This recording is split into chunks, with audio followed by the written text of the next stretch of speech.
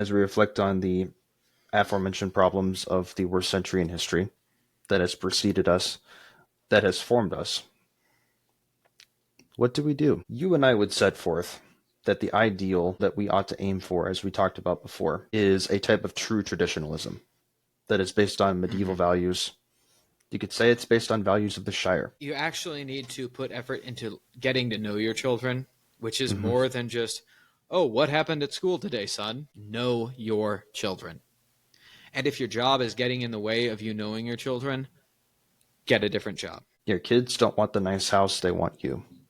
They don't want the nice car, they want you. A man should do right work. If man is made in the image of God, he should be able to work as God did. Whatever your trade, whatever your profession, whatever your line, it should be something that you can step back from and see that it is good. Mm-hmm. Because that will translate into how you see your family when you come home. And to how your family sees you, more importantly, when you come home. And again, make the macro serve the micro. You can go get the higher paying job. You can go chase all these other things. You can pursue these hobbies. You can have the nice lawn. If those things are serving what matters, then time with your family matters more than any of the things I just listed. So if it's not building that up, don't do it. Or learn to do it in a way that does. And that's ultimately how we will actually come back to the family being the genuine nucleus of society.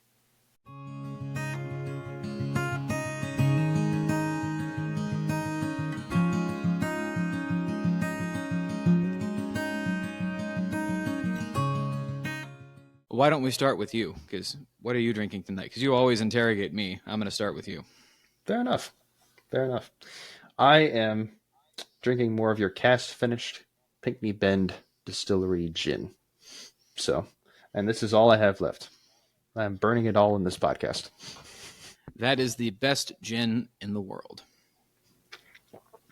I gotta agree. And there's no, I haven't had any others, but I also, after tasting it, I don't feel like I need to have any others. That's just the best gin ever. I'm not wildly off from the same opinion. I also have had no other gin, and I'm content with that, honestly. And as I've told other people about this, I love the fact that there is an eggnog taste to it. Something I never would have expected out of a neat liquor. That's not really something I'm that aware of because I don't drink eggnog. I've had eggnog maybe twice in my life, but Well, you are a Southerner, and I am a Yankee, so this explains some that's things. true. I am having something from your recommendation, the Old Forester, that I've said this before, but in case it was missed, the first time I tried it, I thought that the smokiness was a little bit too strong, Okay. which is something that I find in a lot of bourbons, is that the smokiness can sometimes tend to be too strong. Okay. But after that was the first glass that I had of it, the second was a lot better. So I don't know if it maybe needed some exposure, if it needed some oxygenation or what, but the smokiness of it has gone down significantly in my having consumed it. And it is quite a pleasant experience. It's a lot smoother. It's a lot sweeter. It's just better in every way after that first glass. And this is the first bottle of it that I've ever purchased. So I'd have to have more bottles of it to see if this is a common occurrence, at least with me. Okay. Yeah, sometimes you get that first one out of the way and it airs it out just a little bit and it changes things. And I recall having funny enough, having that same experience with that very whiskey. A bottle of Old where it was Forester really 100. smoky, almost powerful, too powerful So, at first. so for me, it was different in the flavors that were changed between the first and the next glass. For me, like when with the first glass, that banana note I mentioned before about it was really, really potent, and it wasn't so much afterwards. Um, just as an example of, you know, first to next. See, I get the banana notes more in the scent than in the actual taste. I don't know. See, this is why, like, people's palates are just different in a lot That's of true. That's true. most of the time. So you are allowed to like what you want. Unless your favorite thing is Evan Williams, and then you're just wrong. He'll Then never you let should me live probably that try down. something nicer. No, I won't. But that's also on me because I was not as educated on whiskey, and I was used to Irish whiskey, which is the finest whiskey in the world. Even the cheapest Irish whiskey is Hmm. better than cheap American whiskey. Yeah, Evan Williams is a whiskey, but it's also a weapon when you buy a handle of it. And it might be best as a No, weapon. it's just a weapon. No, that's you're better off putting that in your car's engine and running on it. Okay, it wasn't that horrible. It's not as a recommendation, by the That's way. true. It wasn't that horrible. It's not exactly moonshine, but yeah, Yeah. that's what we need. Is we just need we need a whiskey powered engine, but it runs on the cheap stuff. It runs on Jack Daniels and Evan Williams. Can it run on Crown Royal out of spite? Just out of spite, yeah. Okay. I've never I've never had Crown Royal, but every time I see a bottle of it, I get angry, and I don't know why. I'm sure I just it's have a fine. visceral reaction to just seeing Crown Royal. Mostly because it actually just is a cheap whiskey. Hmm. And people treat it like it's the greatest thing. Yeah, I'm sure it's fine. I just don't expect anything better than fine out of it. I have enjoyed Crown Royal Apple, like the one time I had it, but of course I'd enjoy that. It's probably a good thing to drink. I also have Irish and Scottish blood, so I'm like, no, of course there's better whiskey out there. But yeah, Sit down and shut up. The adults are talking. Of course there's better stuff than what anything Canadians can produce. Of course there is. yes. Except maple syrup. I'll give them maple syrup. I have no basis on which to argue, so. I think I had Canadian maple syrup one time, but it was markedly different. But I'll let them have that. That's a source of their pride for them. They put the damn leaf on their flag, so that's a source of pride for them, even though maple syrup that comes from Vermont and New Hampshire is almost the same thing. Uh, but I'll let them have it We got to have some because charity. that's not something I Some care about. some amount of diplomacy. Some amount of distraction while we just imperialize everything else. Yeah, But yeah, tonight is a night where we're finishing up this miniseries. And we spent the last not three not for good. Some topics we'll revisit, and other topics that won't be covered we'll cover in later episodes. But well, yeah, this is there's no way we're done. But as a series, this is a good way to frame it, in 4 parts as we have. And we've done a good job of looking at the brokenness of society today and how we got here, framing the ideal that enough people have of what life should be like, which can be summed up as the suburban life of the 1950s, the white picket fence, honey, I'm home, and all of the facets of that we've described, with their good sides and their bad sides, as we have, although we've admittedly spent a lot more time on the bad sides. But we framed this up as a ideal that should not be the ideal. Like there's some good to it, but we can aim higher. So tonight is the night where we aim higher. And I won't hold it against anybody of the time because, when you've experienced a half century of war and famine and pestilence, of course you want to leave it all behind you. I fully understand that. I totally get it. Mm-hmm. Basically, nobody is at fault for that. Mm-hmm. Nobody In is that at sense, fault as a for. product of its time. Yeah, nobody is at fault for. Oh, I see. We've got all of these advancements in technology, and we can just make everything better with technology because everything used to be so bad, but now it's going to be so good. And now it's 75 years later and it's all bad again. But again, I'm not going to hold that against people in Don't. general. I'm much of the time, a man's sin cannot be held against him. As much of the time, he's only like 85% at fault for committing the sin. whether it's something where he didn't know better, or it was stress, or his guard was down, whatever it was. Everybody's guard was down in the 50s. Everybody was broken. True.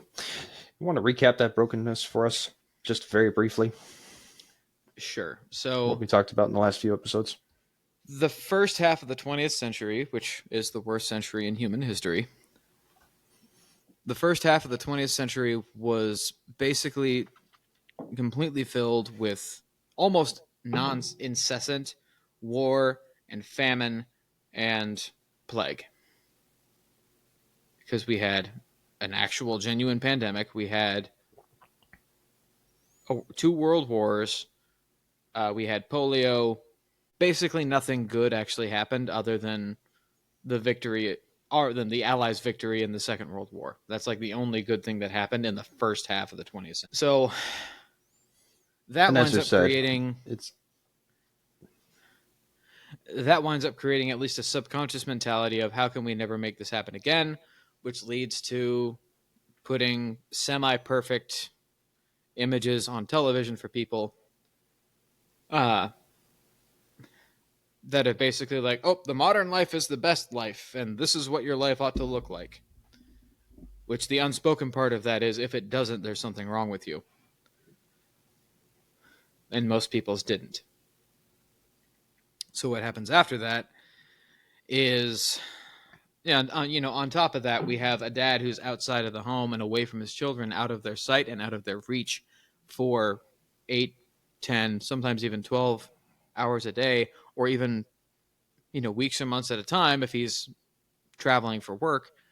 And we have families that don't know each other. We have particularly children that don't know their father and fathers that don't know their children. Because time and time again, it's that trope of the dad doesn't know what's going on in his son's life. The mom doesn't know what's going on in her daughter's life. And the kid gets into trouble, and the parents had no idea that the kid was even into that sort of thing. It's because nobody actually knows each other. It's this sterile separation of, oh, your kids will go to school and they will be educated according to this method which works. And your wife will stay home and she will behave according to this method which works. And your husband will go to work and then come back. And this is a method and a system that works. And this is all just going to work. Well, guess what? That lasted less than a decade. And then it immediately started falling apart. But all the while, for the rest of the century, people start pretending and keep pretending and pretending even harder that there is nothing wrong, which is honestly the Protestant response to evil. It's just to pretend that it doesn't exist and maybe it'll go away. so it doesn't go away, but well, it does what evil does. It doesn't tends go to away. grow. Protestants do one of two things in this country that I've noticed. One is they either do the Jesus loves you and everything is going to be okay, which is as Charlie Kirk aptly used the phrase, using salvation or using your Christian faith as an insurance plan for the afterlife. Or they think of everything that is slightly fun as being horrible and evil and wicked and wrong, and we're supposed to be, miserable and angry for our entire life on earth. It's funny how unchristian that is. And all I need to say to call it unchristian is look at how Christ acted. He wasn't either of those. It's very simple. And and then there's Catholics who smoke and drink and laugh and have fun, but know where the line actually is. It's funny. The one time I called into Catholic Answers Live one time with one question. You did. I was 16, and it was a question from kids session. So it was at age 16, that's the cutoff. Like, you can be no older than 16. And I started with, the cutoff is 16. I am 16. So, I'm allowed to. And then Patrick Coffin was the host at the time.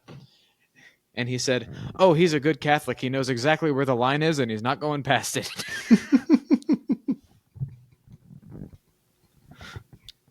And that is There you go. something that I have remembered in my head for the last, oh, geez, that was 11 years ago. For the last 11 years. That being Catholic is knowing where the line is and stopping there. When you describe Catholicism that way, it is both prudence and the fullness of life being Yeah. represented. Live life to its fullest. That means you have the entirety of the interior volume of that balloon. Mm-hmm. It also means you're the most disciplined that you can be, which means, by extension, that you're the most virtuous you can be. That's something else that Chesterton said, was that when you build, if you have a schoolyard by a busy road, if there is no fence, children will either run out into the road and get hit by cars, or they will stay so close to the wall that they cannot fully enjoy the schoolyard. But if you build a fence, then they will have the full use of the schoolyard. They will even throw themselves up against the fence as hard as they possibly can. But they cannot go past it because they know that that fence is keeping them safe. That's what being Catholic is, ladies and gentlemen. Fair enough. Throwing yourself up against the fence because you know it's going to keep you safe. In the recent words of Michael Knowles, there is no freedom without order. And we're going to get to that shortly. We are going to get to but that. we should say, and there's very slightly bit left. We typically release about a week after recording.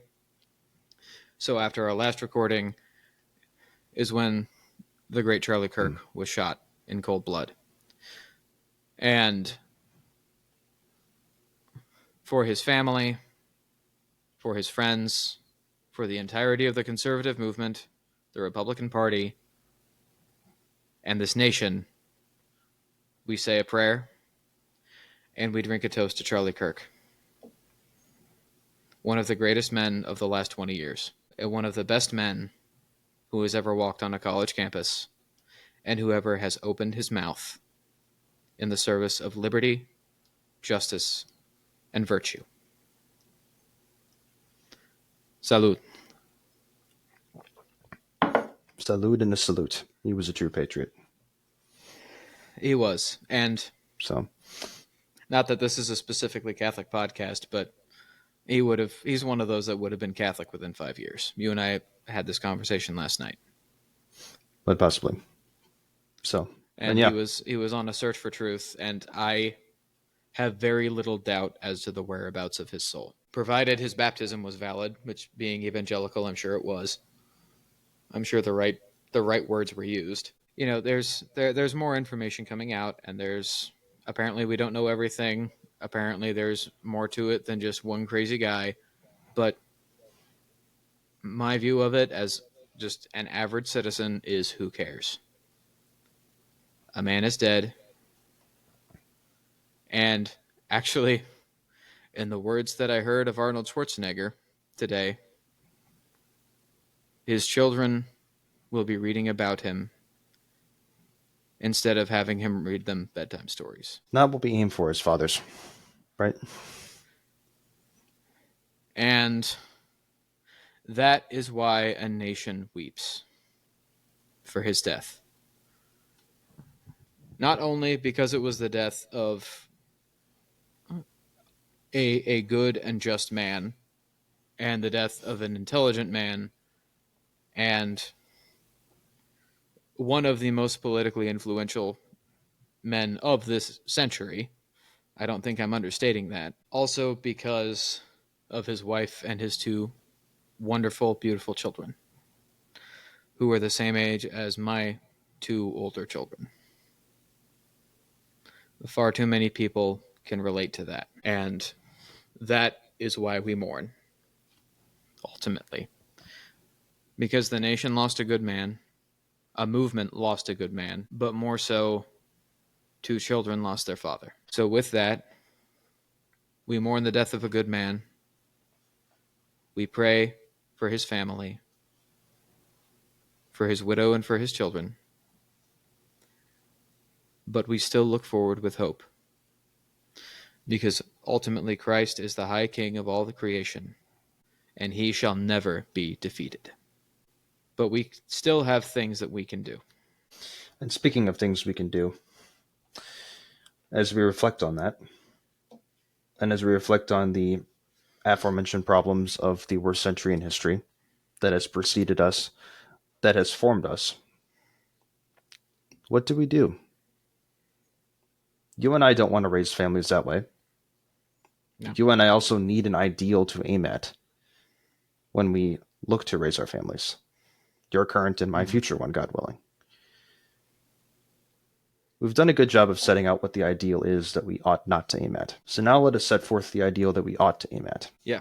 The 20th century was the worst in history, and the nuclear family is currently lying in a tattered heap at our feet. And it will require much more of us than to just pick it up and brush it off. Like, it is broken. So now what do we do about it? The first thing we have to do is have hope. Because the night is always darkest before the dawn. I don't know if that's even scientifically true, but it's a wonderful statement. And who cares about science? Yeah, who cares about science at this point? The night is darkest before the dawn. The veil in the temple was torn 3 days before the greatest triumph ever in all of eternity. And where sin abounds, grace always abounds more. Always. Mm-hmm. It's so easy to look at everything we've talked about and, not know where to go, not know where to look for that light and that hope at. Is everywhere you turn, this thing's broken, this thing's broken. The father is stretched, the mother is stretched, the children are stretched. No one knows how to pay attention to each other. No one knows how to have the ideal relationships that they ought to have. And yet, you actually can still hope. And not only can you, but you must. It's not an option. But you'll actually be able to exercise that if you place your hope in what you ought to. Or rather, who you ought to. And ultimately, that is Christ. There is no one that can save you other than him. Look to Christ, and look to his mother, and look to his foster father. To Jesus through Mary, to Jesus and Mary through Joseph. And what does that then mean for us?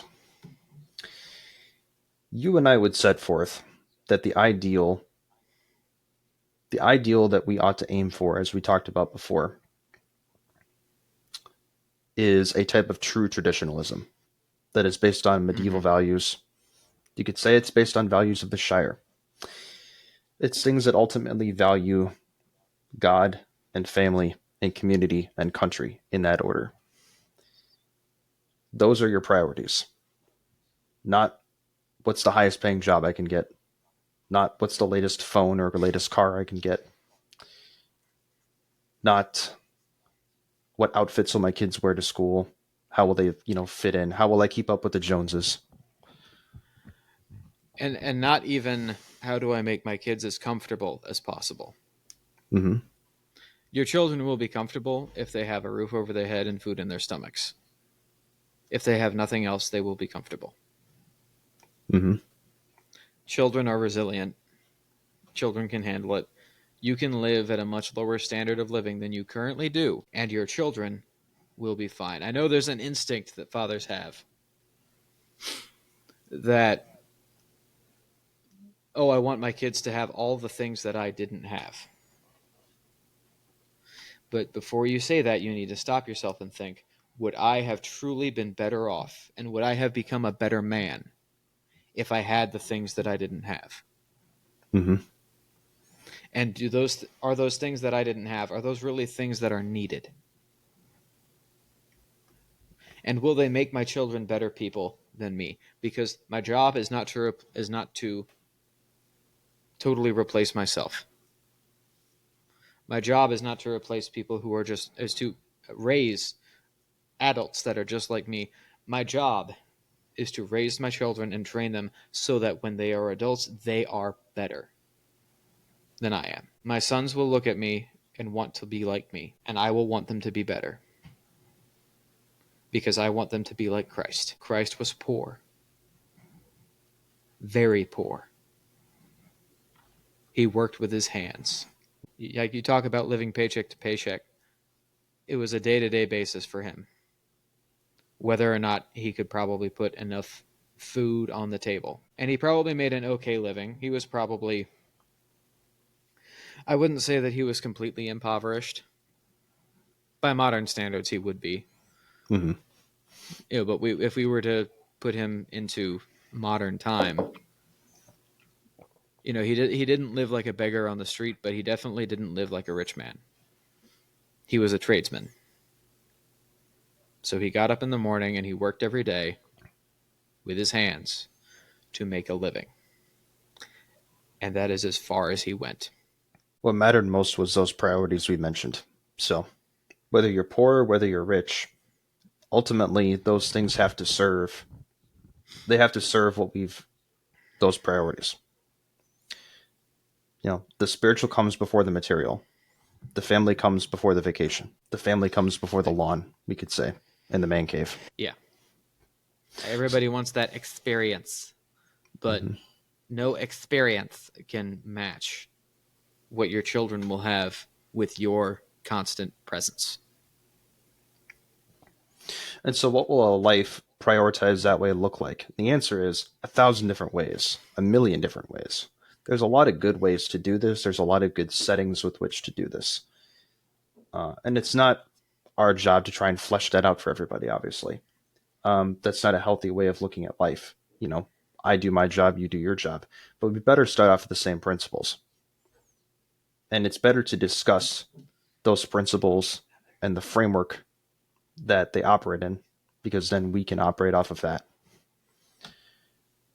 and build a life with God's grace that actually builds that up. So basically, the what I consider to be an ideal world or an ideal time would be if we lived with the morals and the way of life of the Middle Ages, if we had just been able to keep that and also have the technological advancements that have led us up to this day, up to today. In medicine, in transportation, in communication, all those things are actually good things. Can you imagine if in the Middle Ages, if the Middle Ages had the ability at communication that we have? Imagine if the Holy League had bombers. There would never have been an Ottoman threat. Imagine if Don Juan of Austria had the USS Missouri. Wouldn't have been the as finest fun. battleship in American history. No, it wouldn't have been as fun. It wouldn't have been as good of a story. Because our Lord always writes the best story, because he is the author of all time and the author of history and the greatest author. So,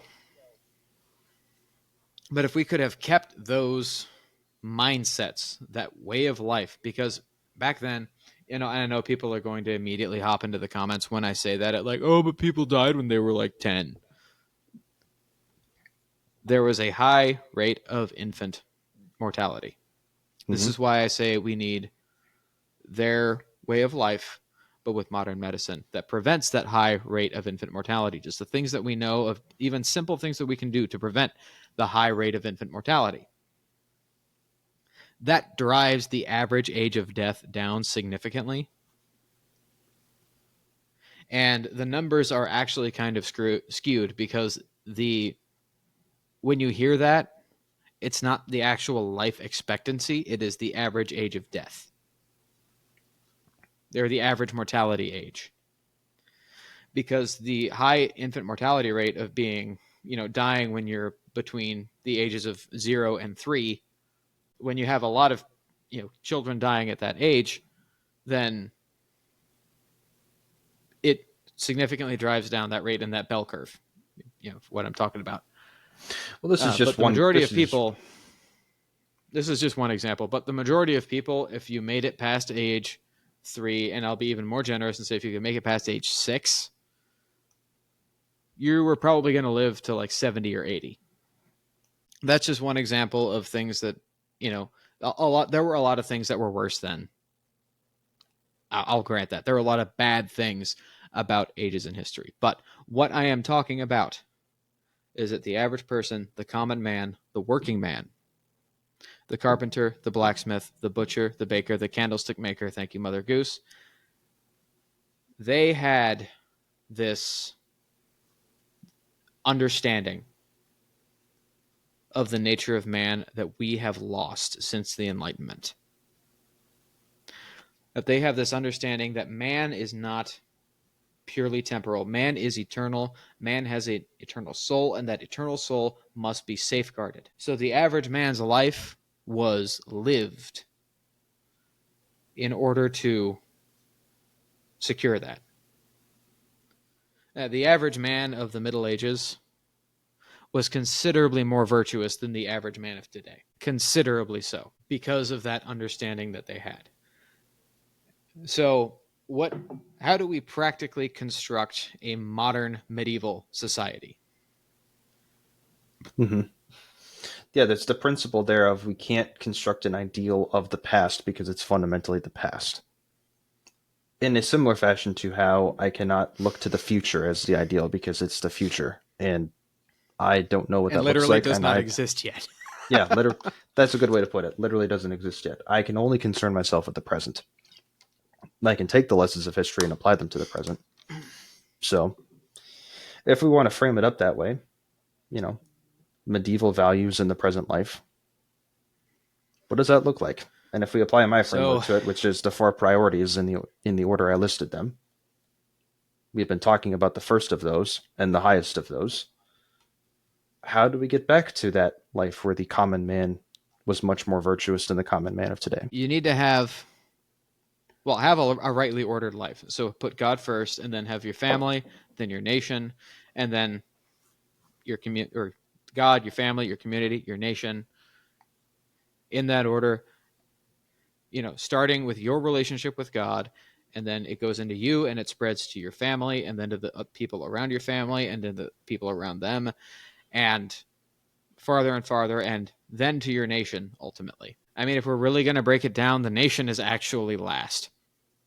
But Yeah. that'll be probably another podcast.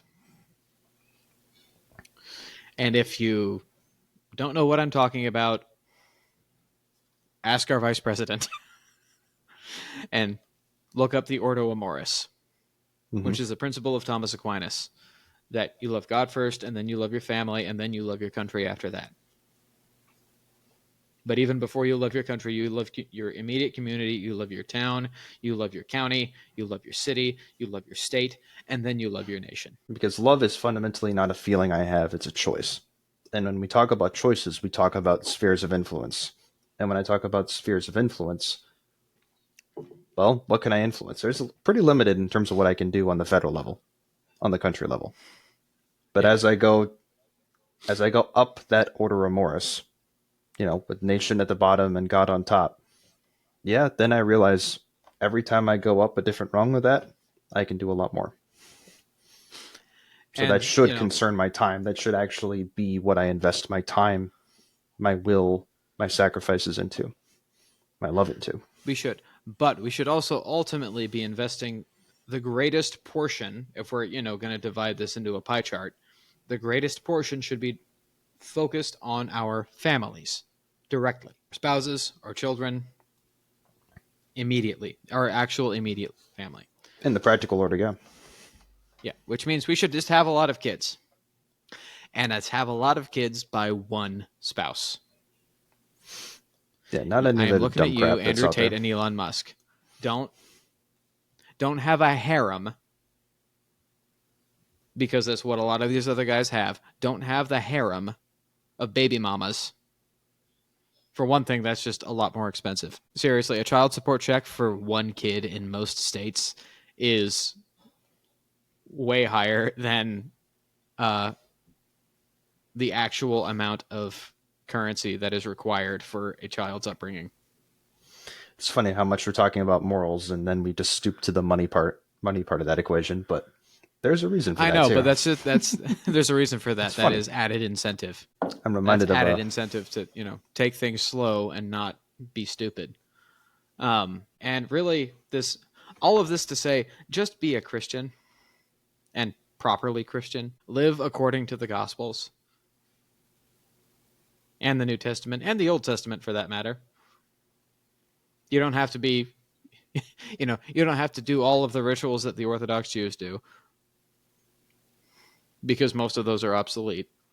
But just be a proper Christian and live according to Scripture. Read it, first of all,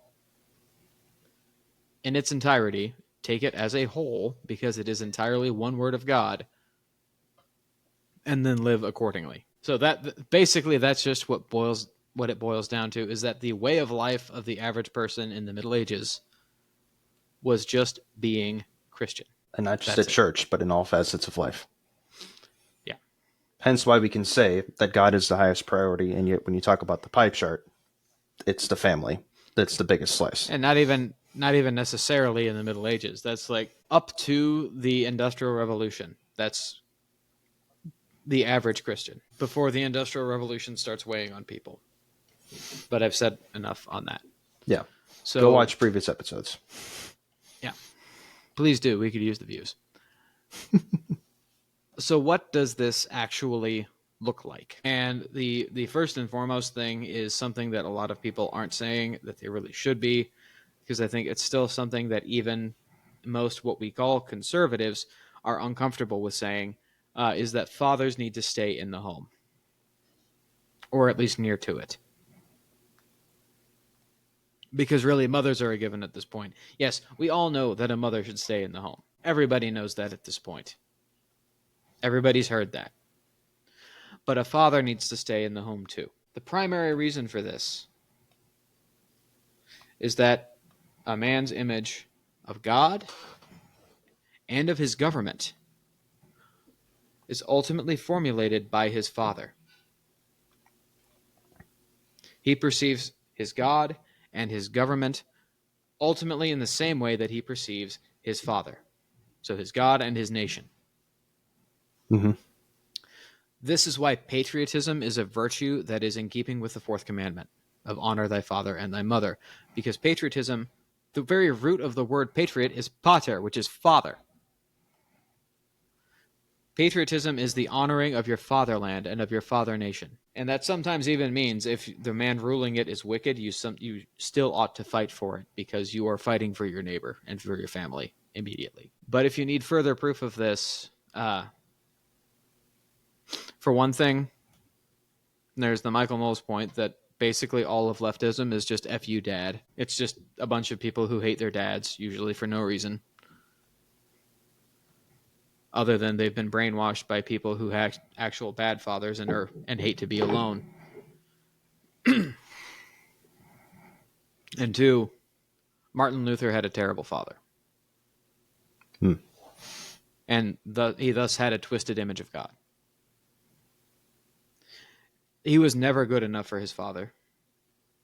His father constantly beat him down, constantly told him that he wasn't good enough. His first homily that he ever preached as a priest resulted in a standing ovation from the entire congregation. They thought it was brilliant. But after Mass, his father said, "Yeah, that other guy did the same thing better." Deliberately compared him to his rival and placed him beneath a rival, an intellectual rival, and immediately started critiquing him of how it could have been better. And a lot of people have been through this. My spiritual director once told me when he was a boy, he had a model plane set kit that he put together. And he got probably 90% of the way finished with it. And then he took it to his dad. He basically just had to paint it, and then that would have been it. And he took it to his dad. And the first thing his dad had to say when he saw it was a critique of how to make it better, rather than looking at the light in your little boy's eyes and saying, "Oh my goodness, you have done a fantastic job." And what my spiritual director said after that was, I then took it and put it in a box and I never looked at it again. So if that is your image of your father, that all he's ever going to do is tell you that you're not good enough, ultimately, you're going to start thinking that God is always going to think that you're not good enough, because God is the father of all. Mm-hmm. God is the father of man. This is why children need to actually know their fathers, and their fathers need to be good men. And even if their fathers aren't that good of men, they need to be able, they actually do need to know their fathers still. Because then, if your father is a good man, then you'll have a good view of God. You'll have a good image of God in your mind. But if your father is not a good man, then there's a decent chance that as you grow up, you will be proven wrong. And you will see that God is much better than your father actually was. Then there's a whole bunch of other factors that can, that can affect you. But whether a father is good or bad, his children ought to know him. Because if he's bad and they don't know him and they think he's good, and then they later find out he's bad, they're going to think that was all a lie and that everybody's lying about everything and that everybody is truly evil, and they'll become cynical. But if he's good and they don't know him and they just think he's kind of meh, then they grow up and they meet a whole bunch of people with bad fathers, and they start to think that their father was exactly like theirs, like all their friends' dads, all their friends who had really crappy fathers. They start imprinting somebody else's view of fatherhood on their own dad, and then they wind up hating their father. And this is why leftism is able to take hold, because these children don't actually know their fathers. Because brainwashing and intellectual rape only happen when there's not really much there to begin with. You cannot have a genuinely good image of your father that is solidified by genuine knowledge of your father and a genuine good relationship with your father, and also then be convinced by a college professor that your father is a terrible man. Those things don't go together.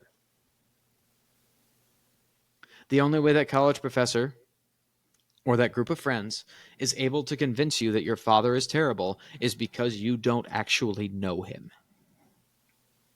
And you probably don't actually know him because society has told him that he needs to be at work all day and that he needs to work across town from you, and that you are basically never to actually see him. So at this point, the only people that have turned out all right are either the specific glorious cases or those whose fathers actually made an absolute concerted effort to leave home as soon as the clock ran out and spend as much time with their family as they were humanly able to do. Yeah, that's the fix right there. It's just you have to be around your family. You can't go to work, constantly chase the next promotion for the sake of chasing the next promotion, for the sake of having nicer things, which we'll talk about next, and care more about your lawn than what your son did that day. And you actually need to put effort into getting to know your children, which is more than just, oh, what happened at school today, son? Exactly. It needs to be more than, how was school today? Mm-hmm. And you actually need to get to know your family, because your children are different people than you are, and you need to know them. I cannot stress that enough. Know your children. And if your job is getting in the way of you knowing your children, get a different job. Your kids don't want the nice house, they want you. They don't want the nice car, they want you. If they do want those things more than you, then something has gone wrong and you should not be humoring that. Or inadvertently, because again, we've said before, fathers are doing the best they can. We're not blaming them all for this. But your life should not be set up inadvertently to feed those very things, to feed those very priorities in your children. And yet that's the way modern life is kind of set up. Got to get the next thing. Got to get all these You have things. far too many children who were raised with fathers who were mentally, physically, emotionally, or spiritually absent in their home, or all of the above. And, far too many kids remember their dad. The only time your dad ever talked to you was to yell at you about something, or to tell you to go away, or to tell you not to bother him, or to tell you to ask your mother. Far too many children have been raised in homes like that, and far too often I hear this idiotic speech of, you ungrateful brat, be happy that your dad worked as hard as he did so you could have nice things. Kids not I ungrateful for understand your wanting different things. I understand the plight. I understand that even though you may not necessarily say it, you didn't want the nice things, you wanted your father. You wanted your father to answer the question about baseball when you were 7. You wanted your dad to show up to your basketball game when you were 14. It's also worth mentioning at this point that simply physically being there is not enough. You must also show your children physical affection, because physical affection from a mother is very important, and it's extremely damaging when children don't get good physical affection from their mother. Um, because it's just a natural thing. If you take basically any mammal, any other mammal on the planet, mothers are incredibly physically affectionate. They snuggle with their young, they hold their young tight. It's a natural thing for mothers to be physically affectionate. And it is for fathers too, but it is,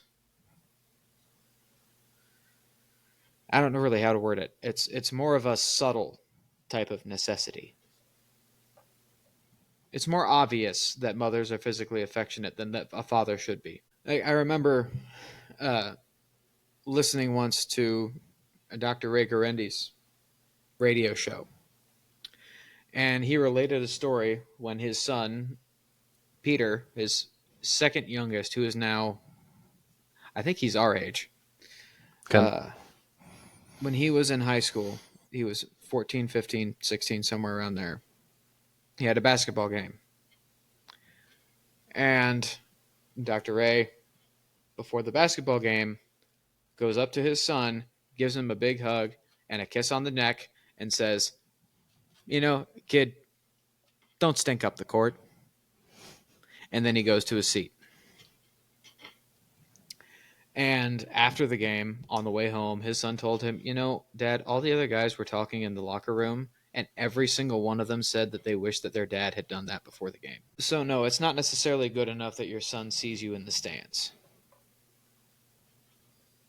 It's not necessarily good enough that your daughter sees you in the audience at her piano recital. What you ought to do is look your child in the eye and say, I love you and I am proud of you and you can do this.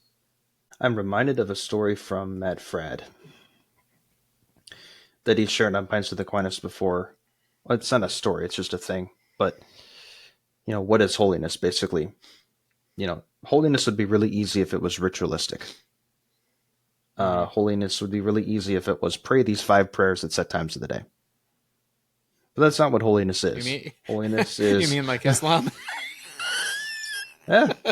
Well, there's a reason it's false. But anyway, what holiness actually is love your wife and be patient with your children and be there for them. And yeah, don't yell when you shouldn't yell and this other stuff. Like, that's much harder than the ritualistic option. But it's what it is. That's the only way you reach its fullness. The same thing applies here to the family.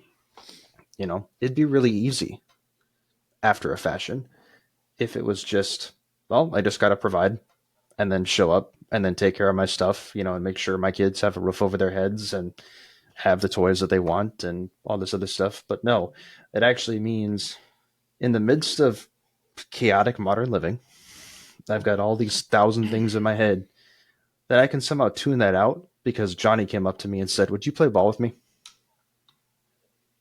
Or because he asked, why is orange a color? You actually, or he comes up and he asks, is the fruit named after the color or is the color named after the fruit? And then as a good dad, you actually have a decent little discussion with him about that. A good back and forth.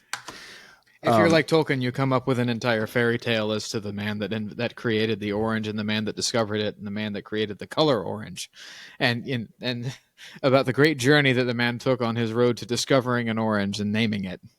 Mm-hmm. But that's only if you're Tolkien. You don't have to do that. But when you do that for your son after coming back from the day, Like, you just gave more value to your family in that one moment than you did the entire day at work. Which isn't to say that work isn't important, but it means, as I was talking with Ethan in our prep for this, that the macro has to serve the micro. Like, the job is important, obviously, but it's important because it has to serve these other moments and make those moments happen. It can't take away from Your them. work is a means. Your work is the means to the end. It is not the end itself. Exactly. You're having a roof over your family's heads and food in their stomachs is not necessarily the end. That is the means to the end of you being a good father. Mm-hmm.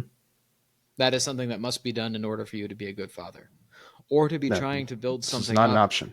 so that you can have a roof over your family's heads and food in their stomachs.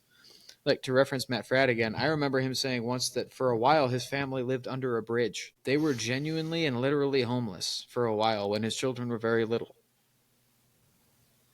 And they had nothing, but his children still had him. And I have long said that I would rather my family live under a bridge. I would rather my children be raised under a bridge than not have me. And my wife has said the same thing in fewer words, but then she usually finishes it with, but let's please not live under a bridge.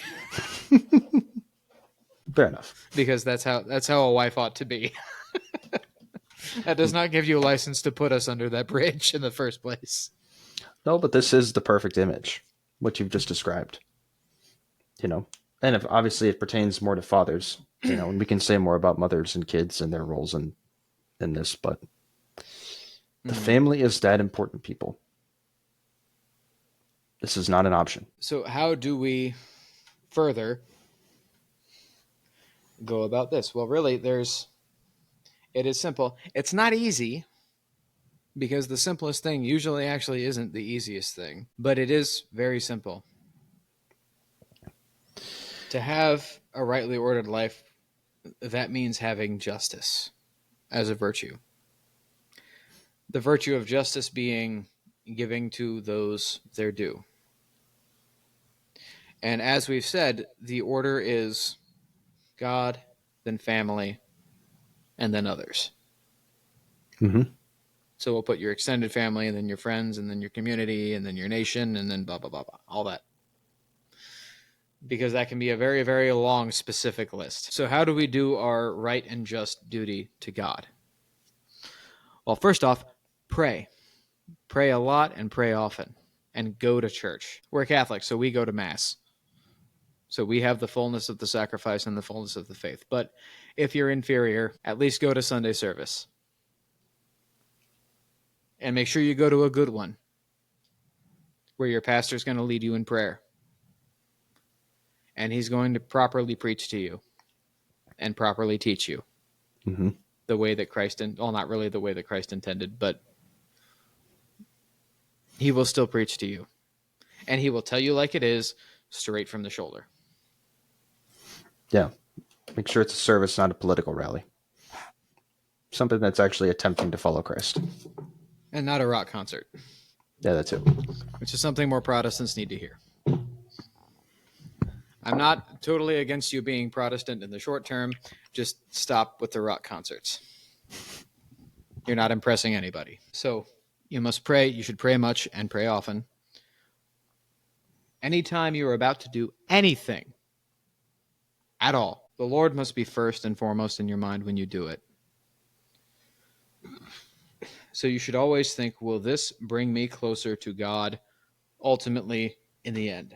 By doing this thing, does it bring me closer to God? By doing this thing now, will that bring me and thus bring my family closer to God? If the answer is yes, continue. If the answer is no, stop in your tracks, backtrack, and find a different road. And then when things go well, always offer him the glory. Always have in your mind, I would be nothing, and I would have nothing if not for his abundant grace, if not for his approval.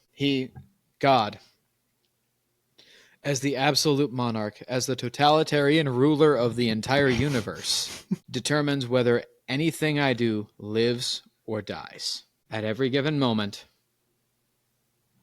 God determines whether you live or you die. So everything belongs to him. And all honor and all glory ultimately belongs to him. Sing to yourself the battle hymn of the Templars. Non nobis Domine, sed nomine tua da gloriam. Not unto us, Lord, but to thy name alone be the glory. In short, he is your father. And you are to look at that, at your relationship with him, as something to be fostered. It is the When you greatest think of God as your father, the first commandment and the fourth commandment are basically the same thing. Yeah, exactly. But it's the greatest relationship you're going to have in your life. And you have no option but to foster that above everything else and through everything else. Through the relationships that are lower down in the priority list, your family, your community, your country, in everything. So, yeah, devote time to that. Pursue it. Is it going to be hard, just like everything else we're saying? Yeah, it is hard, but not pursuing him is hard too. So, to quote, That's actually a lot harder in the long term. one of my favorite sayings from somebody, named Cody Sanchez, unless they stole it from somebody else, is choose your hard. So, it fits here just like it fits everything else. And one of my favorite sayings from St. Augustine, "O Lord, our hearts are restless until they rest in you." Mm-hmm. Mix those together and you got the recipe, folks. Mm-hmm. And in the words of that paragon of virtue, Nike, just do it.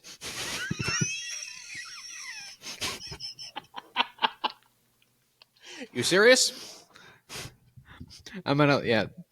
Yes, that meme. Yes, the J. Jonah Jameson meme. So that's our duty to God. Mm-hmm. Where does our duty to family start? Well, it starts With the stuff we've already talked about, but expanding beyond with that. the stuff we've already talked about. But where do we go from there as far as our duty to family is concerned? With the relationship between man and wife, which ultimately it boils down to husbands and wives listening to this. Read Ephesians chapter 5. Both of you need to know your place. It doesn't just mean one thing. Read the entire chapter all the way through. Wives ought to be subordinate to their husbands, not submissive, subordinate. Subordinate. Subordinate your own will to that of your husband because he is your head, as Christ is the head of the church. Because that is the life of the Christian, is that we as members of the church are to subordinate our own will to his. This is why the church is the eternal bride of Christ. She subordinates her will to that of Christ, her head. Now, men. Yeah, women get the short part of Ephesians 5. Men get the long part. Men get the long part. And I'm going to reference Father Larry Richards because I think this is a fantastic way of putting it. Read a little bit farther. Husbands, love your wives as Christ loved the church and laid down his life for her. You know what that means, men? That means your life is over. You know why you wear black at the wedding? It's because you died to yourself. You died to selfishness. You died to the wandering eye. The wandering eye has died. Selfishness has died. Bachelorhood has died. And you are made anew. As a truly, now, a man. A boy does not become a man until he does the duty of a father. And he first begins to do the duty of a father if he is not a priest, as a married man, as a husband. Now you are new. Now act like it. One of the neatest wedding traditions I've seen, not necessarily the neatest, because I participated in one of the neatest ones for your wedding, but we'll save that story for another time. One of the neatest ones I've seen is where the husband washes his wife's feet in the same fashion as Christ washed the feet of the apostles at the Last Supper. Because if you want to know what a man's relationship to his wife is supposed to be, how he is supposed to serve her, how he is supposed to lead her, how he is supposed to love her, how he is supposed to die for her. That's an image.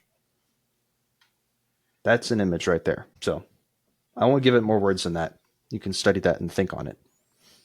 But I know a few greater. And what I'm currently trying to do, because I'm human and I'm fallen, I fail sometimes. But what I'm currently trying to do is that once a week, every Thursday night, because Thursday is the day of the Last Supper and the day of the Eucharist, I wash the feet of my wife and all of my children, except like the infant. I did not know that, and that is dope. I will never, ever let any of them wash mine. Mine can wait for later. The reason I started doing this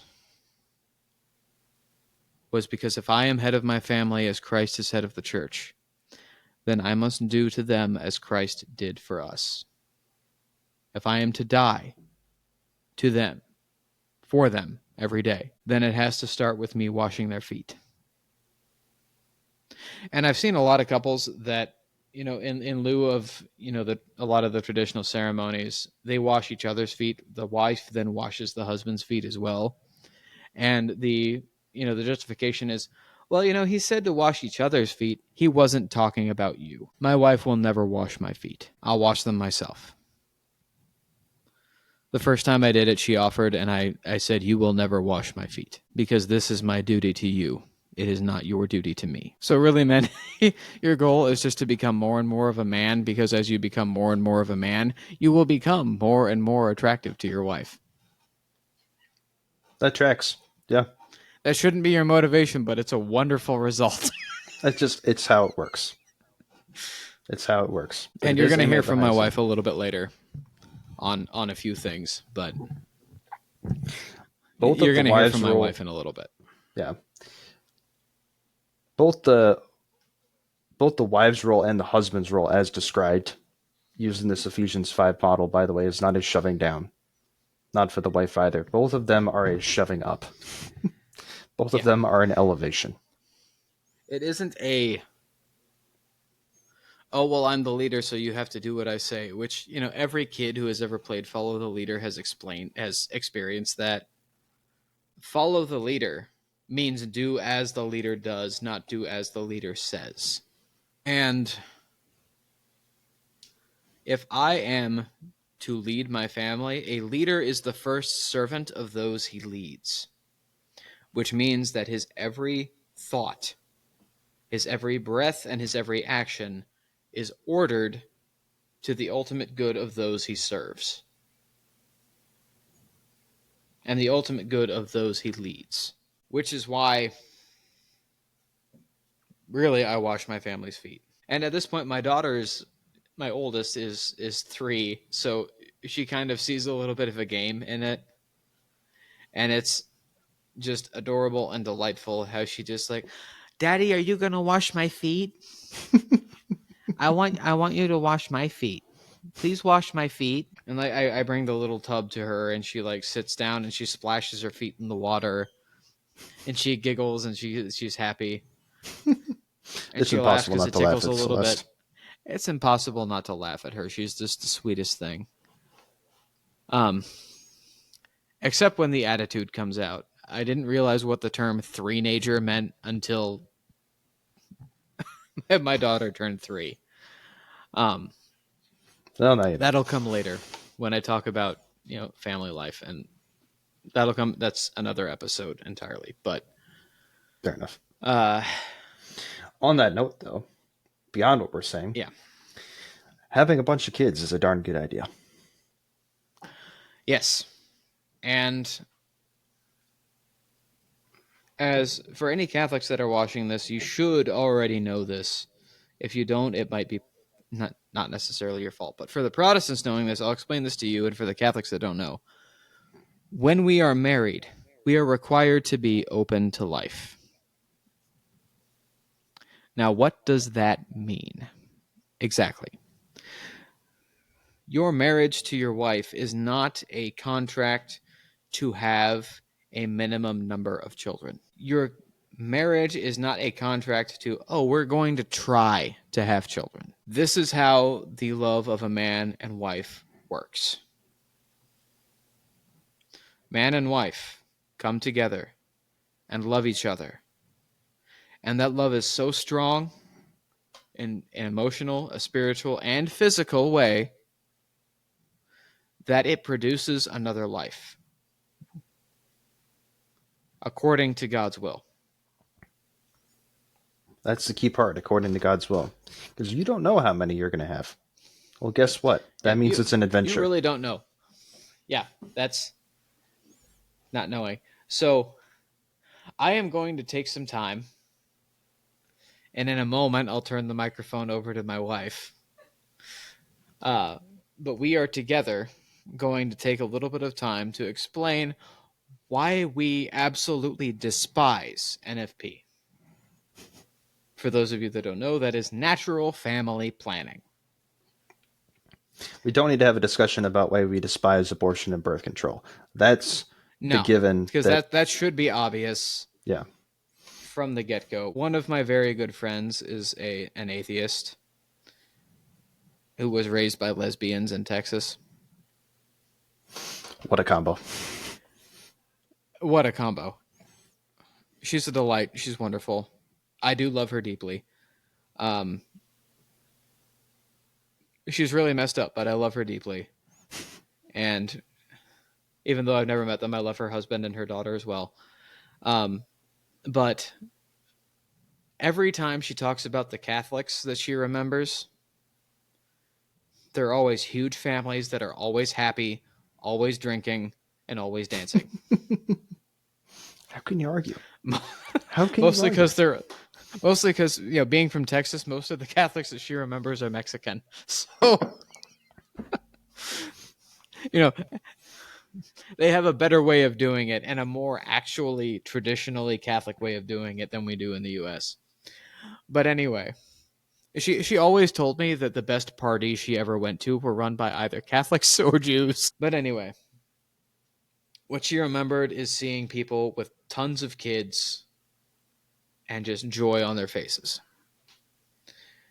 Openness to life means that you and your wife are going to love each other with absolute wild abandon and allow that love to manifest itself as a human being. And that happens as many times as God desires it does.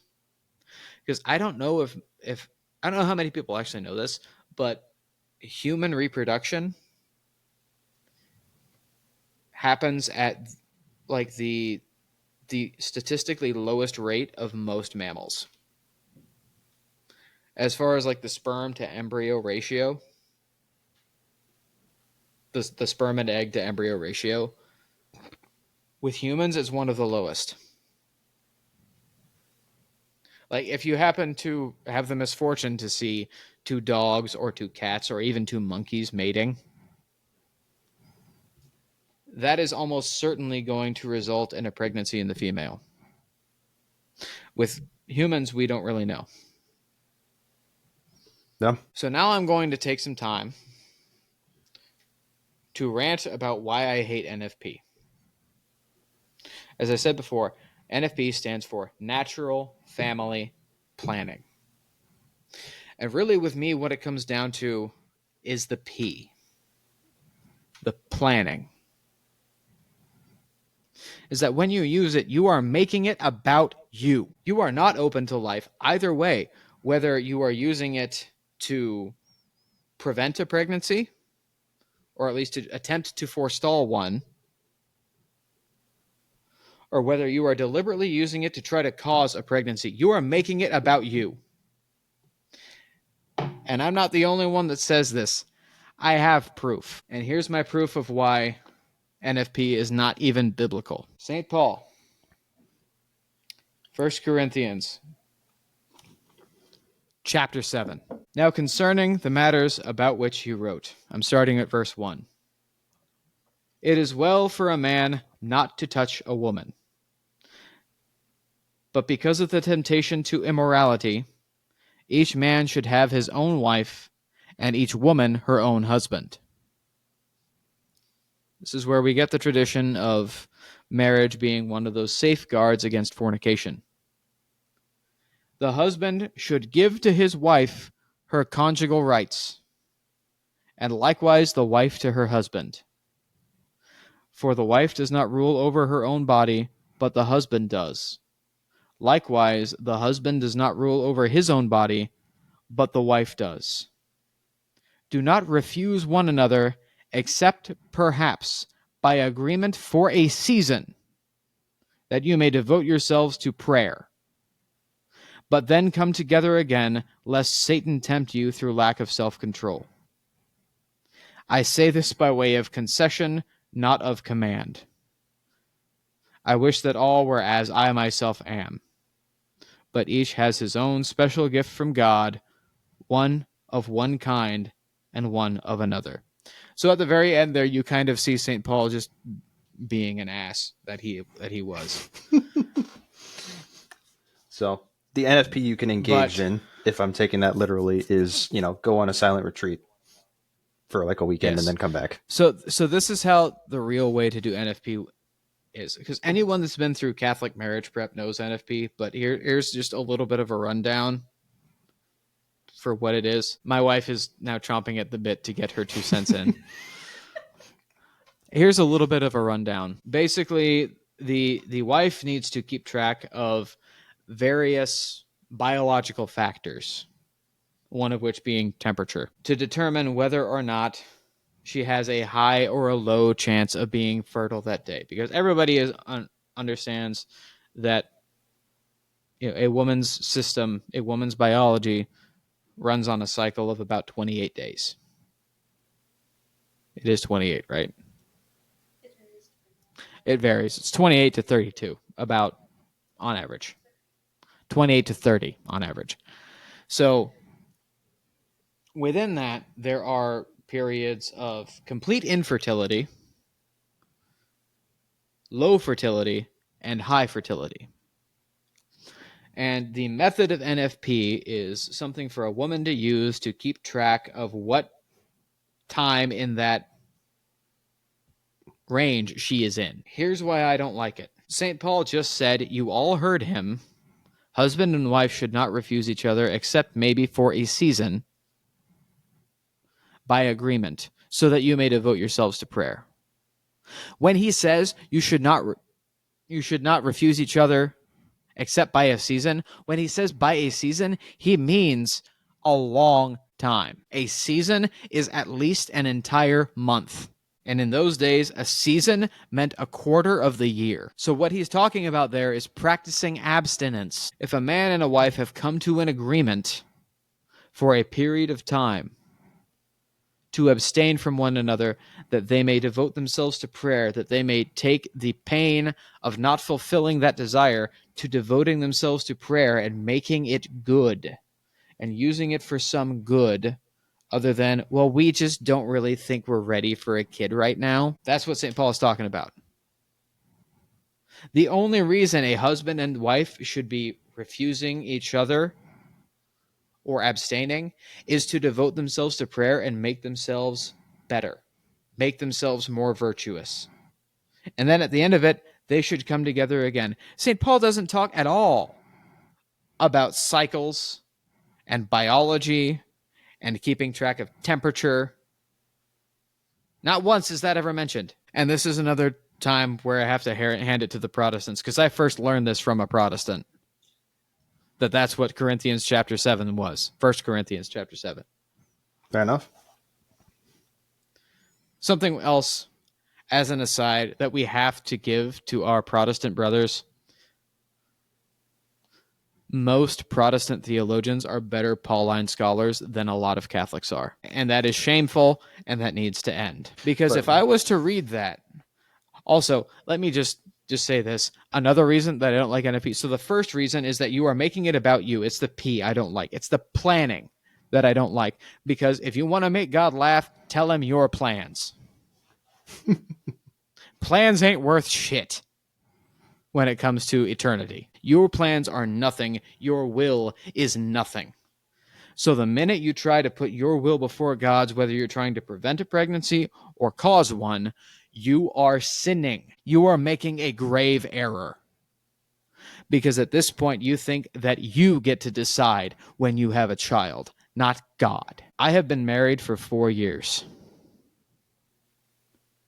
I have an amazing and wonderful and beautiful wife, and I don't just say that because she's sitting right over there and looking at me.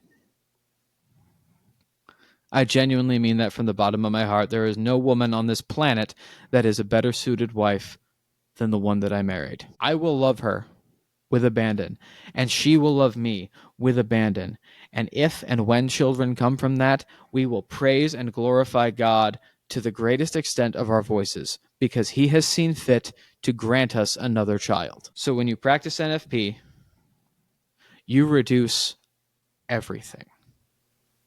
Both the relationship you have with your spouse, the love that God has for you, the love that you have for each other, and the love that you have for your children. You reduce all of that because you make it about you. You know, there's a lot of easy comebacks to what we're saying here that people could propose, such as, well, how do we afford more kids? You know, Who cares? Can we deal with it emotionally, spiritually? And your two would answer there, who cares? Coupled with trust in God, he'll take care of you, is all the answer that really needs. And to construct your life in the ideal manner in which we are proposing, you need that trust. The Protestants have everything we're proposing here, from all levels, God, family, community, country, is fundamentally a relationship. And all relationships cannot survive without trust. You know, primarily the trust in him who made you and who loves you and cares for you, he who is your father.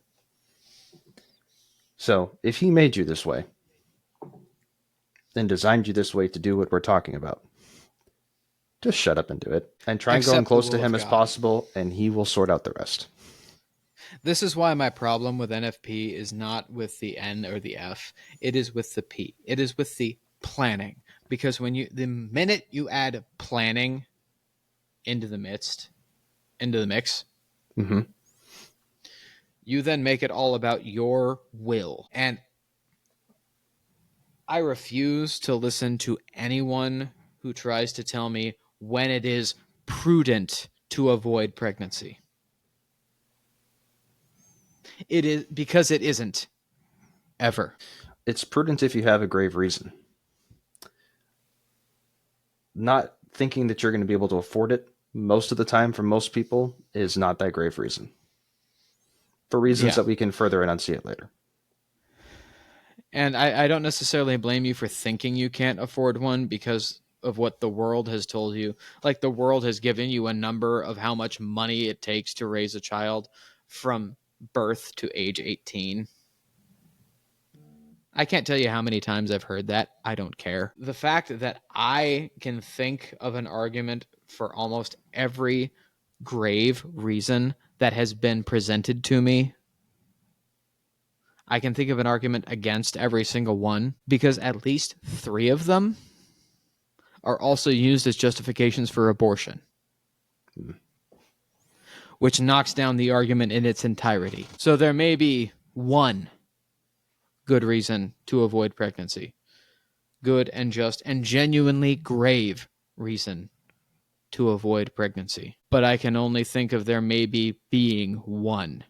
And that one, I can't even think of. The time has probably passed for this, but before people start to say, well, you're a man, this is all your thing, women don't agree with you, allow me to introduce you to my wife, who is about to make her first and probably not last appearance on this podcast. You're here. Hello, everyone. You're here. All good. Yeah, so my husband, ladies and gentlemen, is a very intense human being. But all things considered, he is right in all those things. And we've had this conversation many times over our marriage whenever it just came down to, like, being married and, like, what is the purpose of marriage? And it's like, it's for children. And we realized this actually quite recently that not having those children just is very empty, and not Hmm. being it's just so quiet when you don't have all the kids in the house. It's very, very quiet.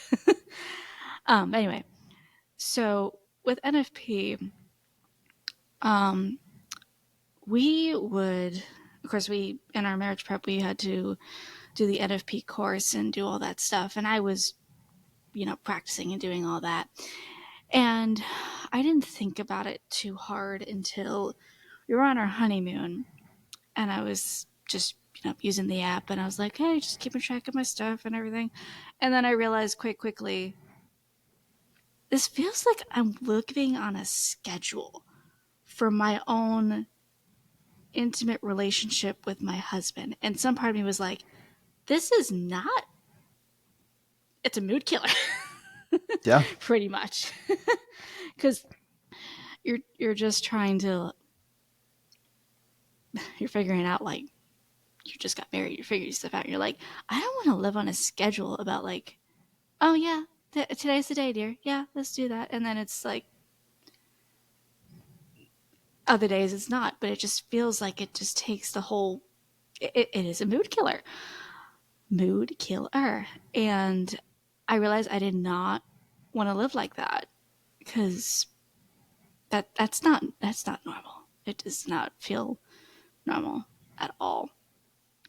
Doesn't strike me as Um, such when you say it that way, because yeah, it strikes me as the type of thing that would be anxiety inducing, which is a well mood killer.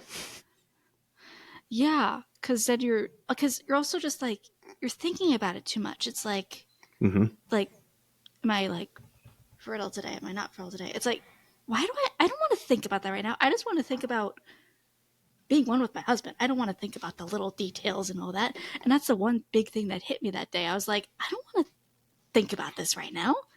I want to think about the beautiful thing that I have, which is being one with my husband, whenever. Hmm. But yeah. And when you put it on a schedule, you really take out the part of trusting God, pretty much. Whether you're doing it in the fertility window or out of the fertility window, because you are basically living under the illusion of control, that you have the control to procreate. And sometimes, and I'm sure many people can say this, it's not 100% accurate or effective, because it could happen even in the out of fertility window, or not even in the fertility window. And I know that there have been couples who have been, I imagine there have been couples out there that have been frustrated by that. It's like, I want this child now. And it's like, well, maybe not quite yet. Or I don't want this child now, but maybe you need it. And the Lord knows that. Um, yeah, and just the timing of each of our children always just makes me laugh, because God has a funny sense of humor. It's like the timing of them. It's like, and then I also would just ask myself, why now? But then I have to realize and check myself and realize that He has a plan for every single one of them, and it will be known at some point, and just go with it. That's something I have a hard time accepting some days, but it does go very well in the end. But taking that control away from God, I did not feel comfortable doing that. And I just wanted to not worry about planning when we're going to have the next kid. Be open to it, of course. And that's the question you always ask when you're going to be with your person. It's like, okay, open to life. Great. Whatever. Just go with the flow. But yeah, that is, yeah. NFP is just, I understand they had good intentions, but they kind of, it has blown out of proportion, in my opinion, to the point where it's taken the control and your willingness to believe in God's will and trust in that will wherever it may lead you. Um, yeah. That is my rant with it. A little bit less intense.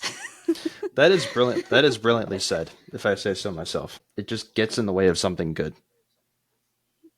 It induces more anxiety. It induces more overthinking. It puts it more on a plan. And like Ethan said, when we make plans, God laughs. Like, just get out of the way and love. Yes. Why can't, like we all three of us have said, why can't I do that? Why shouldn't I want to do that? And you were doing that when you're pursuing that person anyway. You were Exactly. pursuing that love. Exactly. So why deny it? Yeah. The reason that we love, and this is partly my own personality, but one of the reasons that love is so awesome is because it is an adventure. And you can't have an adventure when it happens on schedule, for crying out loud. Oh yeah, no. Like that No. was just like You have to have an adventure by setting out your foot. You're setting your foot on the road, going out your door, and not knowing where the next bend in the road takes you. yeah. But that then ties it back to, well, what's it operating off of? It's operating off of trust, that bedrock of relationships. And why you can make an argument why The Well of Ascension is the best of the original Mistborn books.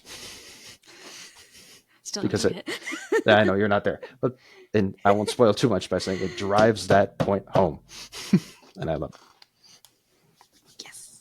So, anyway, I will say no more. I will spoil no more. And you're better at this than Ethan, by the way. Really? Yeah. I did always say that our love story was very much like Beauty and the Beast, but you know.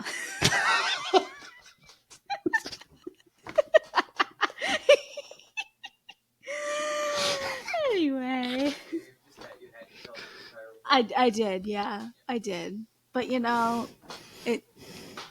there are times, but Mm-hmm. in the end, Ethan, you can't complain. hey, Ethan is he's Ethan. just Ethan is the he's beast of the flushed over. majestic maid. So Yes, but I married the Beast because I needed someone who was a strong-willed man to express his opinions and not be afraid to. Because I sometimes am a little bit of a chicken, except in The Simpsons. Yeah. their marriage is beautiful, ladies and gentlemen. I have nothing else. I have nothing to say. Just sit and observe. It is amazing. Well, I might hand it back to my husband since I probably have to attend to a new child that we have now. Fair enough. And my godson. Yes. Cool. Say hi to Raymond for me. So I said it before someone could realize. So now you've probably gotten a little bit too much information. About Just what? because it came from my wife. But to go back to St. Paul and to try to wrap this up. One, you should never be making it about your will. Agreed. And two, St. Paul says that a husband ought to do the conjugal duty to his wife, and likewise the wife to her husband. Mm-hmm. That means not saying, oh, we can't afford a kid right now, or, oh, I'm at this section of the cycle, or, oh, whatever it is. You shall do your conjugal duty to one another. Mm-hmm. You shall love each other with abandon. And openness to life means that you are understanding that every time you become one, another might come from it. Mm-hmm. Every time you become one, you may have a child. And there- being okay with that. And there can be prudent reasons to engage in this stuff, I think. However, they have to be actually grave enough. And our modern world conditions us to think that a lot more of those reasons can exist than actually do, because a lot more of those reasons would fundamentally boil down to it being about you at the end of the day, and your will and not God's will. And those need to be wholeheartedly rejected and are relatively easy to fall into. We're all extraordinarily good at rationalization. And taking in From. just logically, I can only think of there even potentially being maybe 2 or 3 genuinely horribly grave reasons for why you should not why you should actively avoid a pregnancy. Mhm. Like one of the ones that I heard once was, in case there's a high risk of genetic defects being produced. Guess what? That's Oh, called hell no. that's called eugenics. Hmm. Yeah, so that doesn't count. That does not count. Yeah, A human soul is still a human soul. not being able to maintain your standard of living doesn't count because your standard of living is just a standard of living. Like, And I think the fact that we can't even think of them off the top of our heads means that they are so grave that they are completely out of our imagination. mhm. Really, you don't need a system and you don't need your wife to keep track of No. various physical things. Really, because the solution to that is just abstinence. It's just to practice an actual virtue. Hmm. Which works just When fine. St. Paul says for a season, he means for an undefined yet still fairly long period of time. So if a husband and wife want to give up having sex for Lent, great. Because that is time that they can be spending in devoting themselves to prayer. Hmm. Like St. Paul said in the first place. Fair enough. It's great. It's wonderful how we as Catholics like to quote Ephesians 5, but we get really uncomfortable when we talk about 1 Corinthians 7. When we talk about Ephesians 5, we are willing to take that as it is. But every time 1 Corinthians chapter 7 is brought up, we immediately start trying to rationalize it and justify certain things. And we do the Catholic thing with Ephesians, but we do the Protestant thing with Corinthians. When the Protestants are doing the Protestant thing with Ephesians, but the Catholic thing with Corinthians, which is that particular verse, that particular section of that letter, just take it at face value. Take it for what it means. When St. Paul says that you shall do your conjugal duty, do it. My last thing being, that doesn't mean every night. That doesn't mean constantly. But yeah, that means not constantly saying no. And actually very rarely saying no. It's not that the wife's body is the man's. It's also that the man's body is the wife's. Yeah, You know, it does go both ways. Does go both ways. My body does not belong to me. It belongs to my wife. So if she wants it, she gets it. That's how it works. And in the opposite direction too.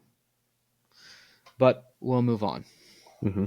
So not only should a man and a wife love each other as they should, and to not put their own desires, their own will, or their own thoughts about how their life should be in the way. But again, I'm going to look at the man.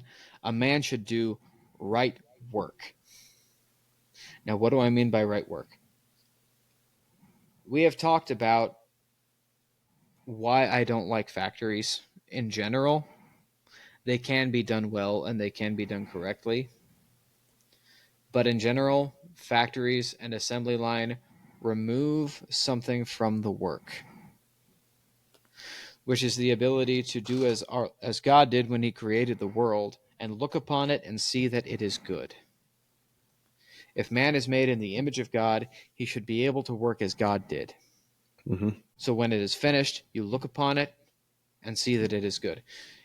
You sit back at the end of the harvest and look at the empty fields and know that your barn is full. The artist steps back from his canvas and sees the painting that he has made and sees that it is good. The stonemason steps back from the brick wall that he has just laid and he sees that it is good. Whatever your trade, whatever your profession, whatever your line, it should be something that you can step back from and see that it is good. It should be work that you are proud of doing. Mm-hmm. Because being able to see that at the end of the day, that will translate into how you see your family when you come home. Mm-hmm. Yeah, and to this how your isn't. family sees you, more importantly, when you come home Yeah, this isn't or when you selfish end ambition your at work play. for the day. No. This isn't selfish ambition at play. This is, yeah, this is. I have fought the good fight and finished the race. I have done something that I may now model for my wife and my children. This is why I love the old trades, the old crafts, proper actual craftsmanship. Because you can buy say, a desk that was made in a factory where that guy makes the legs and that guy makes the tabletop and that guy makes drawers. And then there's a whole process where they are put together one step at a time. But that process removes something from those workers that have done it. Now they can do what they do as best as they know how, as best as they are able, but they still have something removed from them, which is the satisfaction of having been involved in the whole thing. Starting with a pile of logs and ending with several cords of firewood. My first actual job that I was ever paid for was splitting firewood. And that is probably one of the most satisfying jobs that I have ever done, because I started the day with a pile of unsplit logs. And I finished the day with a giant mound of split firewood. You can see the fruits of your labor, what you have actually done. If all you do is punch a hole in a piece of metal all day, or if all you do is put this one screw into this into this thing, and then it goes down to the next guy who does his step in the process, you start to wonder what good you even are. What even is the point? Because you don't see the beginning of the process and you don't see the end. And even if you're the last guy on the assembly line that puts the finishing touch on that thing, you weren't there from the beginning. All you know is that you have now been given something that just needs a sticker put on it. And if you were the guy at the very beginning of the process that puts those first two components together, you have the end of the process stolen from you. And that is why I hate assembly lines. Well, your own process is there. It's just much smaller, and it's not as You satisfying. have your own process, and it is repetitive, unsatisfying. It is the same thing over and over and over and over and over again, and you don't actually get to see anything finished. You don't get to sit back at the end of the day and go, look at what I have done Mm-hmm. to yourself, which is what a man ought to be able to do when he finishes his work. Look at what I have built. Even if it's a multiple day process to build something, like a house or even a piece of furniture, a man should be able to step back and look at it and say, look at what I've done. It is finished, consummatum est, and it is good. That's why our Lord said it is finished on the cross, because his work at that point was done. His work on earth was done. And he still looked upon it, even from that cross, even through all that suffering, and saw that it was good. So that's God, fathers, and mothers. Let's bring kids into it. And let's talk about restoring the nuclear family. And again, not to the fake ideal of the 1950s, but to this medieval ideal in the present time. What Well, does that look like? it's the same kind of stuff that we've already talked about. It's that from the outset, a man should be doing, for one, what he's able to do best, what he is best at, and what he most loves to do.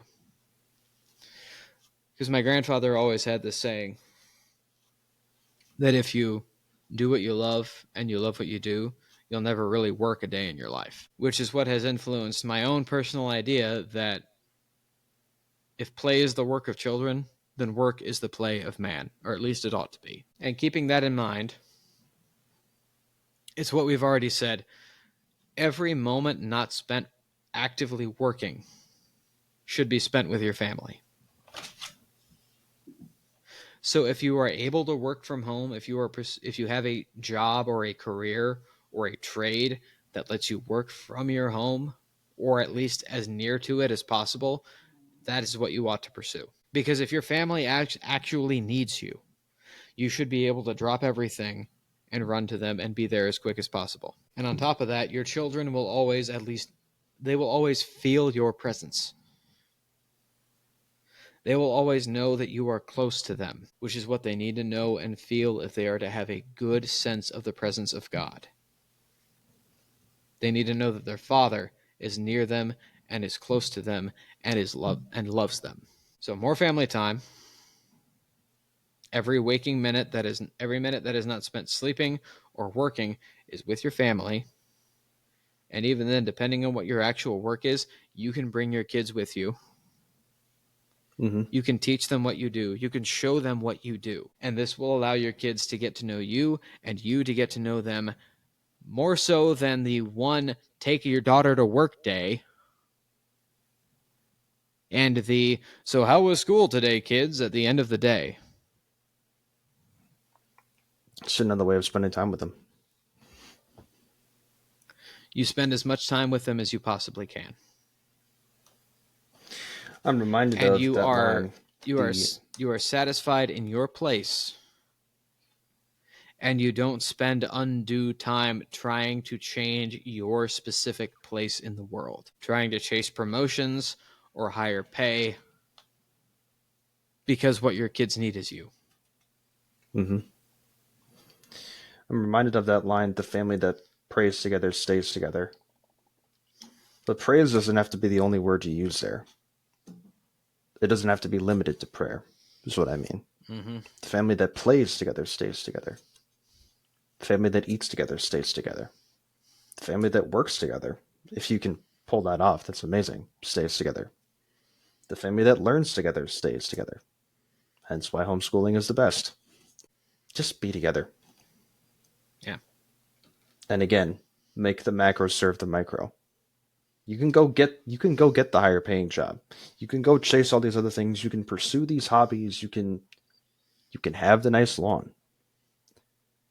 If those things are serving what matters.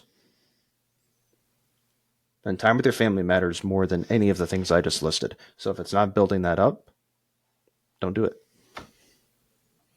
Or learn to do it in a way that does. But those are your options. And that's ultimately how we will actually come back to the family being the genuine nucleus of society, the backbone of civilization, and the first place where a person learns how to behave in society. That's why Aristotle said this so long ago, that the smallest form of civilization is a family, because it has an order. And children that are raised in a rightly ordered family will be good citizens. And, Aristotle didn't say this because he was Aristotle, but children that are raised in rightly ordered families will be good citizens and will be good Christians. They will be good people, good men and good women, because in being raised in that rightly ordered family, they have learned how to behave in a society. And this is also a reason why people should have large families. Because if you're an only child, you don't have a lot of opportunity to learn how to behave in society. You don't have siblings that you have to learn to get along with. Yeah, the kids at public school you can ignore to an extent. Yeah. Yeah, like you kind of need to learn to get along with them, but you may have friends and everything, but them you get to choose. Yeah, nothing there equates to what you have in a family. That's well said. That family is a civilization. A family is the most minute and precise form of society, is the family, not the individual, as the liberals would have you believe. Mm-hmm. That's what modern liberalism is, when we want to throw modern liberalism out the window, which is basically the entire way that politics in general has been viewed since the Enlightenment. Throw that out the window, because the basic form of society is the family. And there's a billion arguments for why, but I'll just settle for one. If the basic building block of society was you, society's boring. So just don't. So how are we going to restore that and build it up? Like you said, through all the ways we've talked about so far, it starts with ordering these priorities.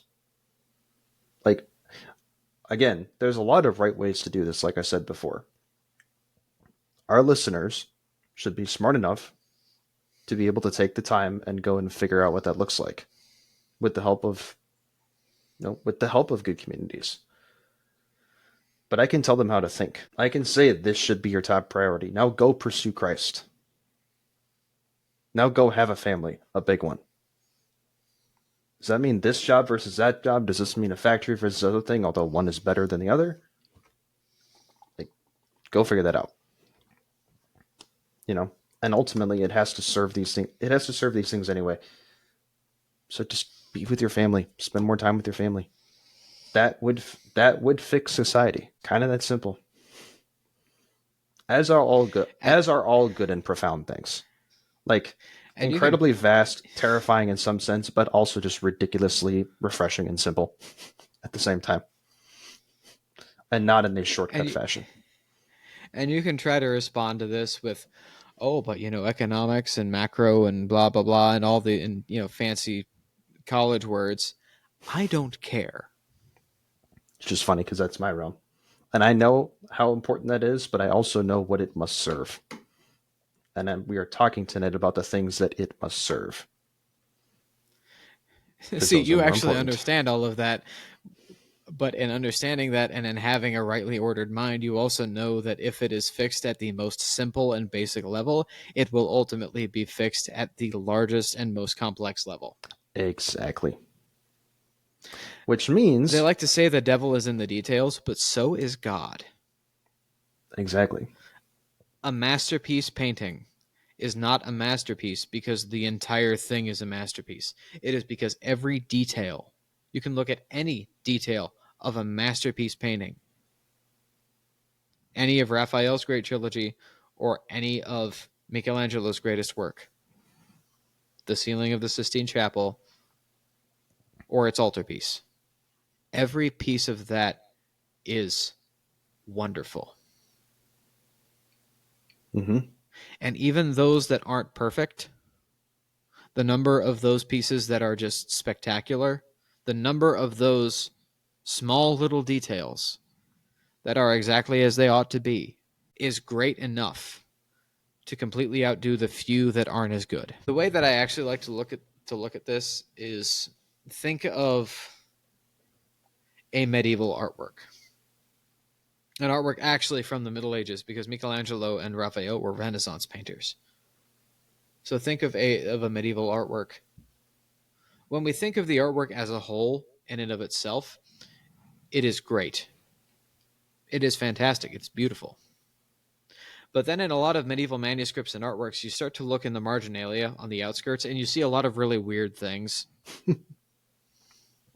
Like a rabbit riding a snail with a lance. Like, what is that about? Does that actually have a meaning, or was the monk that did that particular manuscript just bored? I don't know. I also don't really care. The point of this is that the number of weird things that have been deliberately kept to the outskirts, the outside of the painting, is outdone by the beauty and majesty of what is in the center and the foreground of that painting. Mm-hmm. So if enough people live their lives in rightly ordered manners, everything else will just be fixed. Yeah. To put it in the layman's home economics terms, watch your pennies and dimes, and the dollars will take care of themselves. Exactly. This means you can't go... Yeah, to just say this, I guess, the fourth different way, because they've all been good. Yeah, you can't live life where you just get your news all the time and pay attention to the crap that this person said and that person said and this federal law that's getting passed, and make sure you go vote every 4 years and the right guy gets in, and make sure you follow the election cycle. And in the meantime, just, I guess, work and take care of your hobbies and make sure your family has a roof over your heads. Like, that is a shell of a life. This is the point. Like you said, don't worry about being the whole painting. Just be that detail. And be the best detail that you can be, and make the details around you better. Everything else will I sort plan on itself out. telling my sons the same thing that my grandfather told my dad and what my dad told me. You can pursue whatever work you want. Within reason. I don't care what you do for a living. You can dig ditches for a living. But I want you to be the best damn ditch digger there is, if that's what you do.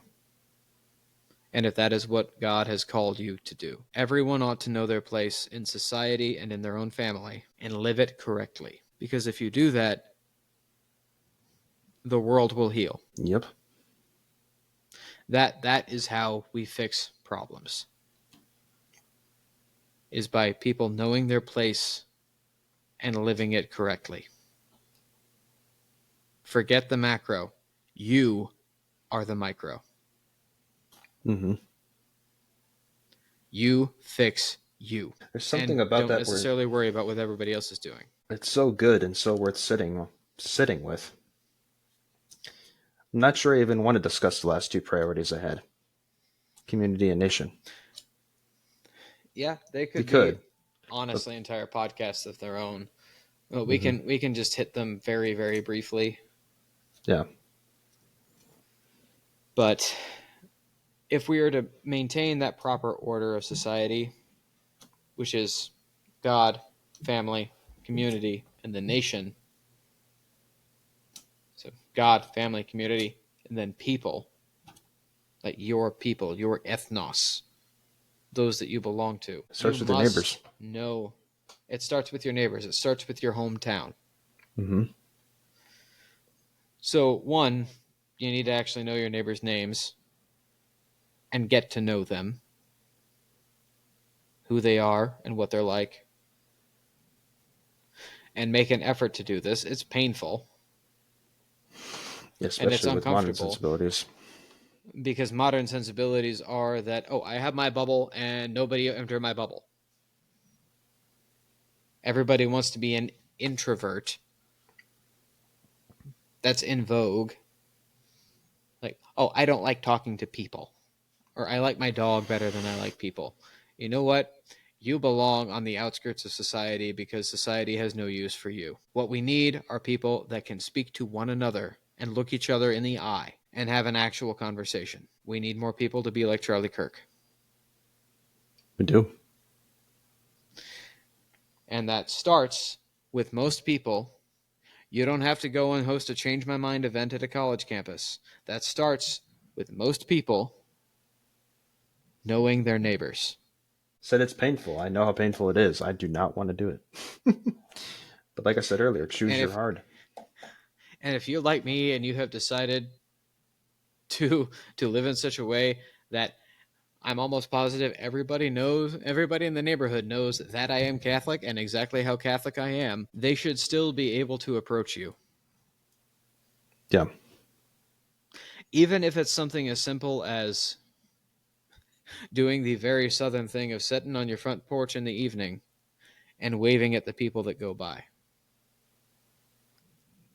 Nodding when you pass somebody on the sidewalk. Everybody wants to look down or stare at their phone or avoid eye contact. Make eye contact and nod. Say hello when you pass somebody on the street. Smile and give them a howdy do. Say morning, evening, howdy, or have a nice day. It starts there, Yeah, it's a and great then place it to builds start. up from there. I'm imagining doing this at my place. Yeah. I'd be the weird one, but I'd be the cool one. Yeah, it just is a great starting point. And if you're in the Midwest, it's not as hard, but it is a distinctly American thing to just stop and have a conversation with a random person on the street True. that we've just sort of forgotten. You see somebody wearing a Cardinals jersey, you say, hey, how about them Cardinals? Mm-hmm. Small talk is not a bad thing. and it has its uses. You'd be surprised the conversation I've had with in bars, with random people that I happen to be sitting next to. I should also say that a bar should also not be your only place for socialization. No, the golf course is Your also a only good. place. The golf course is also a good one. Um, That is a good one. I'm just talking from my own life, but y'all are capable of finding them too. I'm not saying this because it's easy for myself. Some of this is natural. Like I thoroughly enjoy doing it in those settings with people, depending on the case. If I hate it with my neighbors, fine. No, it's not my fault if I hate it. It's my fault if I do nothing about it. And it's not your fault if your neighbors want nothing to do with you, unless it definitely is your fault. Yeah. But so from there, from those that are around you at any given time, Mm-hmm. you should also partake in your municipal politics. It's the only way that I can think of for it. Because Yeah. I Go can't ahead. help but notice that when we have a presidential election, the lines to the voting booths are around the corner. In some places, they stretch for blocks. But the majority of municipal elections, city council, school district, sheriff, mayor, unless you're in a major city like New York or Chicago, hardly anybody shows up. And that is not right. If anything, it should actually be the other way around. Because the way to actually attain small government is to vote for small government. Yeah. The And I way just that hope that it this fixes itself.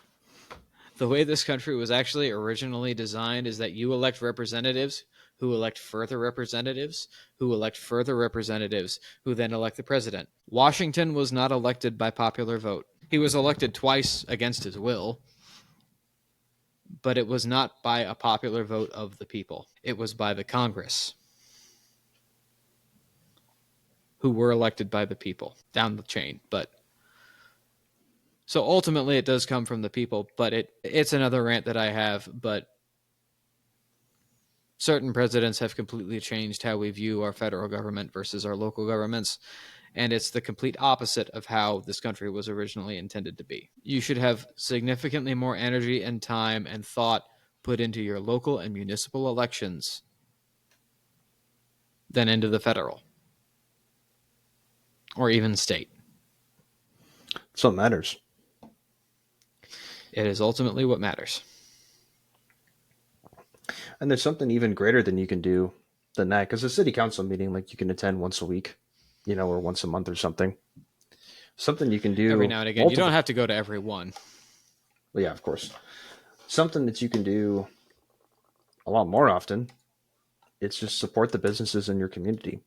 Keep money in your community. So even if it's a franchise and some like a fee, a percentage of it gets funneled off to some big corporation, fine. It's still better than plenty of alternatives.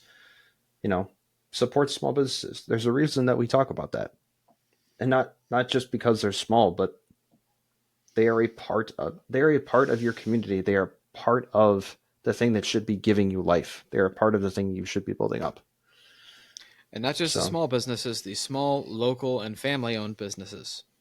Local mhm. being the most important, which is what most people think of when they think of small businesses, but that's actually two different things. Mhm. Because if you're like scrolling for something on Etsy, it will tell you when something is from a small business because you can actually label your Etsy shop as a small business. But if I'm going to Oh, buy good something point. from a small business, I'd rather it be something local.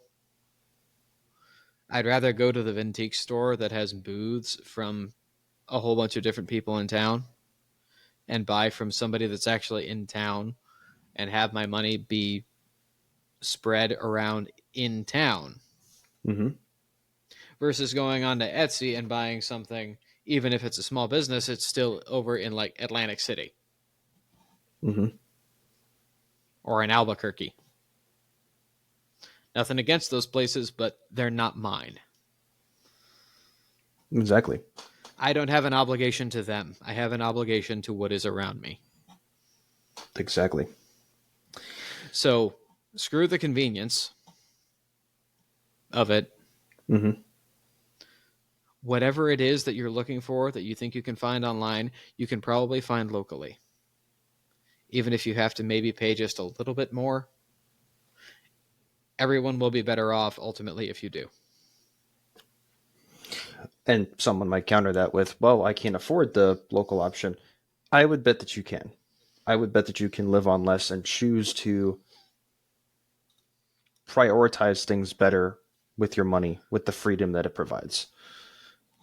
Spend And one of greater the, amounts of money where it matters most, exactly. which is like healthy food Mm-hmm. and supporting the local businesses around you, providing for your needs and the ones that are actual needs. And one of the neat side effects of that too that I think would be really cool to see, we can idealize, the small town of medieval times. We can idealize the small town of older America and how those communities operated together. But there was an element of necessity to that. There's less mobility, there's less big option. You don't have the Walmart to fall back on, you don't have the Amazon to fall back on. Nowadays, you do, and those things aren't intrinsically evil. So if you need that, fine. But if you if you and your community choose to live in such a way where you are trying as much as you can to keep the money in the community, to build up those people, to build up your neighbors, you're actually going to build something stronger than once existed, because the fuel behind keeping it together is cultural, and that's stronger than necessity. It's also cooler than necessity.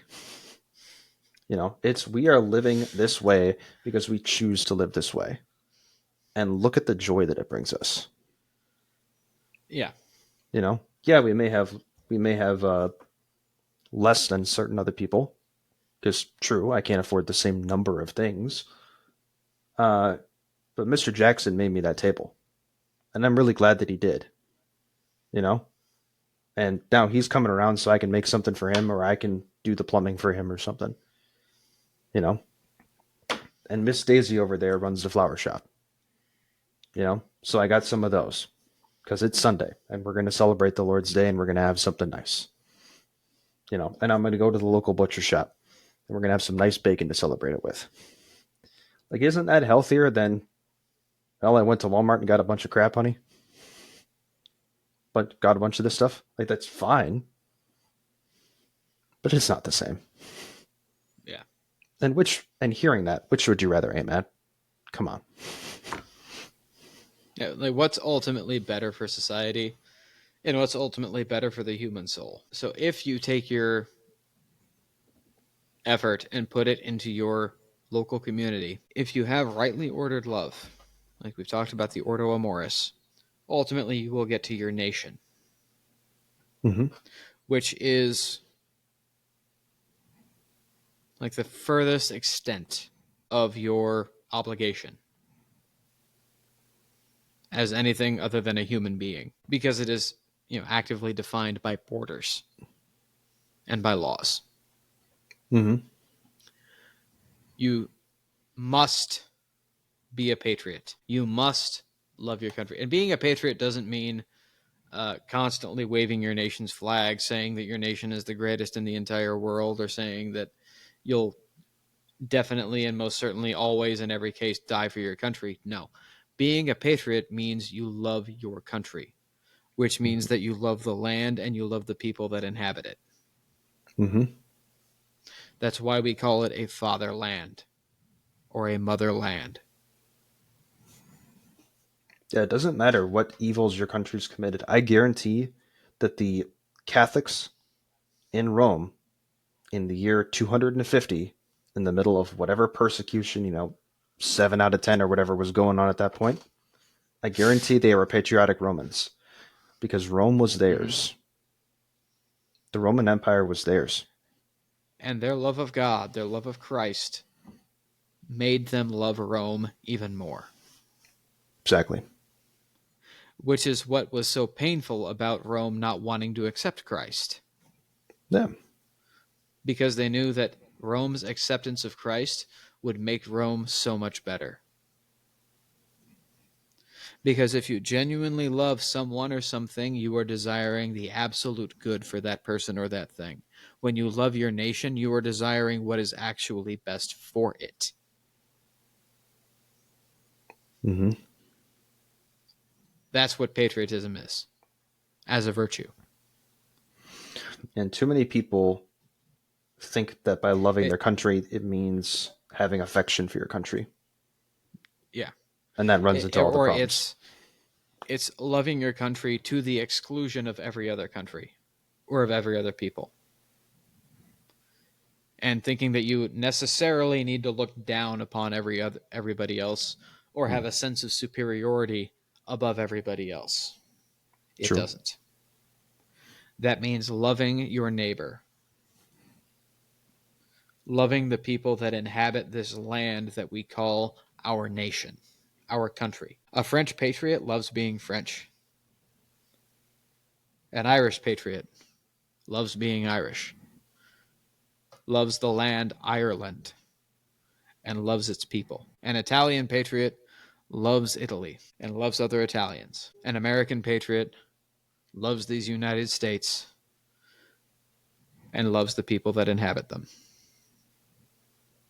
meaning he desires what is best. Mm-hmm. So the patriots are the ones who are actively trying to fix the problems of a nation, and those with no patriotism are those that are actively trying to either cause them or avoid fixing them or trying to fix the things that are not actually problems. Instead Yeah. of loving something for what you can change it into, you should love it for what and who it is. And if this further drives that point home, your nation's soul and survival is always on the line. At all times. In the bad times, it's pretty easy to see why. And hopefully you're able to muster up the courage to fight for that. Whatever form that fight takes. Maybe it, I mean, hopefully it doesn't mean war, but if it does, it does. Um, but in all the ordinary ways too. In the ways we've already talked about at the other levels, at the other priorities, in the Ordo Amoris, um, and all the other facets of life at that level. But also in good times too. There's this principle of discernment that we Catholics have. One of the rules for discernment that Saint Ignatius of Loyola came up with. And basically the idea is that in desolation be strong. In the bad times be strong. You know, and know that you can do this. I know that God is with you. In consolation, in the good times, take strength that you will then later use in the bad times. Like the good times are not the sit on the sidelines and drink tea on the front porch. Although do that, because that's actually kind of nice. um, it's learn to love your country then. Appreciate the good things. Take strength from them. Constantly keep building them up, making them better and better at the levels and spheres of influence that you have control over in your life. Your relationship with God, your family, your community.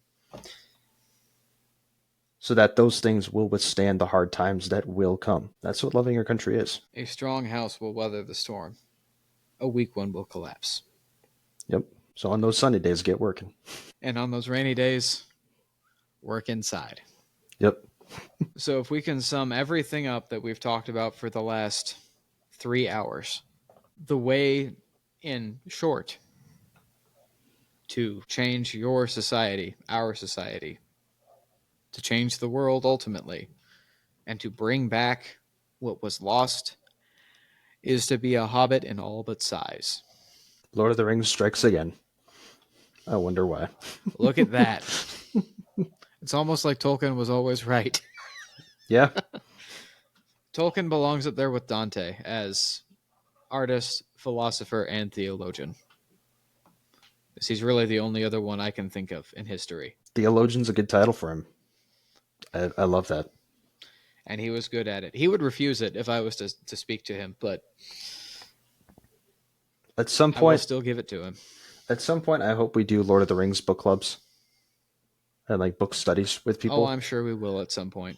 And there are entire studies that could be done on the theology of Lord of the Rings. But I digress. I would mostly just direct people to Joseph Pierce. Yeah, but I'm selfish, so I'd do my own thing. You can't go wrong with Joseph Pierce. You're a proper modernist and think that you can just know better than the old guy. Yeah, exactly. You know what? Some hobbits have to try, you know? But well said. Be a hobbit in all but You size. should all live in peace, and some of you should go to war. Mm-hmm. Yeah, the hobbits didn't love war, but when they did it really well. And that was one of the things Gandalf loved about them. That's like he came Until to it realize came how to strong them. they were. Well, there was that, but he's talking about like the Great Plague and the Long Winter and the attack of Yeah. the wolves. And he talked about the strength the hobbits had that came out of them and got them to survive. And that really, really impressed him. But the funny thing is, that's fostered with really joyful family living and small town living. Mm-hmm. And plenty of eating and drinking and feasting and smoking. It's weird how the world works. Yeah. It's almost like it was designed that way. It was. Oh, I think we've said enough.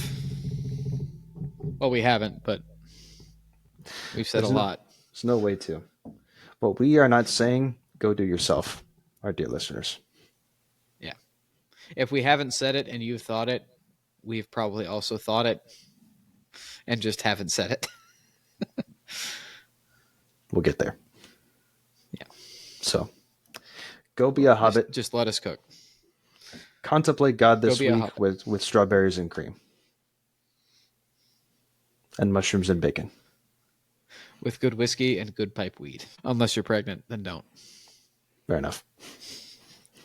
I got nothing else. With that, we bid you a good evening. Adieu. Adieu.